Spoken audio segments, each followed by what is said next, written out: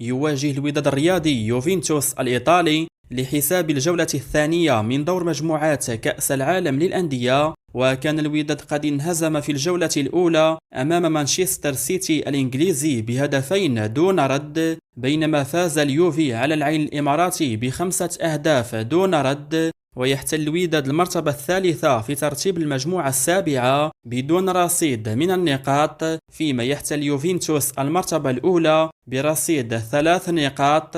مباراة الوداد الرياضي ويوفنتوس الإيطالي ستجرى يوم الأحد 22 يونيو في الأوقات التالية: 4 عصرا بتوقيت غرينتش، 5 مساء بتوقيت المغرب، 7 مساء بتوقيت مكة المكرمة. المقابلة ستقام على أرضية ملعب لينكولن فاينانشال فيلد بمدينة فيلادلفيا الأمريكية. ومن المنتظر أن تنقل المقابلة مجانا على موقع وتطبيق دازون، قناة إيطاليا 1 الإيطالية، وقناة تي آر تي سبور التركية.